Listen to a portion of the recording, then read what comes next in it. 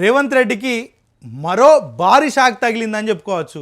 ఎందుకంటే రాష్ట్ర వ్యాప్తంగా ఉన్నటువంటి ప్రైవేట్ కళాశాలలకు సంబంధించినటువంటి యాజమాన్యాలు అల్టిమేటం జారీ చేశారు. వాళ్ళకి ఇస్తానన్నటువంటి ఏదైతే మరి పెండింగ్ బకాయిలు ఉన్నాయో అవి చెల్లించలేదంటూ, మాకు నమ్మకం ప్రభుత్వం మీద లేదంటూ కూడా వాళ్ళంతా చెప్తున్నటువంటి పరిస్థితి. దాని గురించి ఒకసారి చూద్దాం.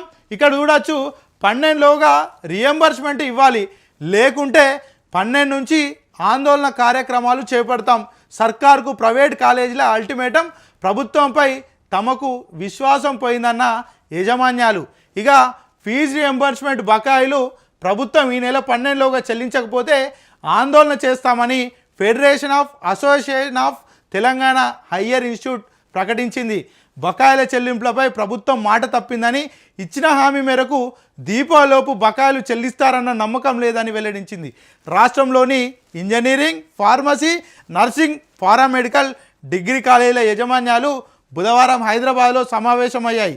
అనంతరం సమావేశంలో తీసుకున్న నిర్ణయాలను Fathi chairman doctor Ramesh Babu మీడియాకు వెల్లడించారు. బకాయిలు చెల్లించాలన్న డిమాండ్తో ఆందోళనకు సిద్ధమైన నేపథ్యంలో ఉప ముఖ్యమంత్రి బట్టి విక్రమార్క, మంత్రి శ్రీధర్ బాబు తమతో చర్చలు జరిపారని తెలిపారు.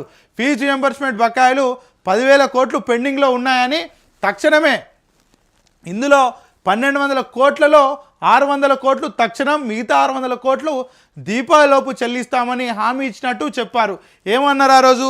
బంద్కు పిలుపునిచ్చిన వెంటనే మరి యాజమాన్య సంఘాలతోటి ప్రభుత్వం మరి సమావేశం ఏర్పాటు చేసింది. అర్ధరాత్రి చేసింది, ఎప్పుడో డే టైంలో అర్ధరాత్రి సమావేశం ఏర్పాటు చేసి 600 కోట్ల బకాయిలను మరి తక్షణమే రిలీజ్ చేస్తాం, 600 కోట్ల బకాయిలను మరి దీపావళి పండుగ అప్పుడు రిలీజ్ చేస్తామని చెప్పింది.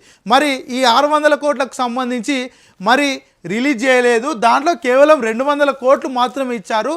మిగతా దానికి సీఎంఓ నుంచి క్లియరెన్స్ లేదని అధికారులు చెప్పడం శోచనీయం అంటూ కూడా మరి ఏదైతే ఈ ప్రైవేట్ కాలేజీలకు సంబంధించి యాజమాన్యాలు చెప్తా ఉన్నాయి.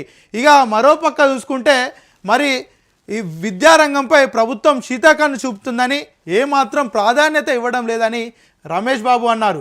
ఇక ఏమాత్రం ఉపేక్షించలేమని, బకాయిలు ఇవ్వకపోతే 13వ తేదీ నుంచి వివిధ రూపాల్లో ఆందోళన చేపడతామన్నారు.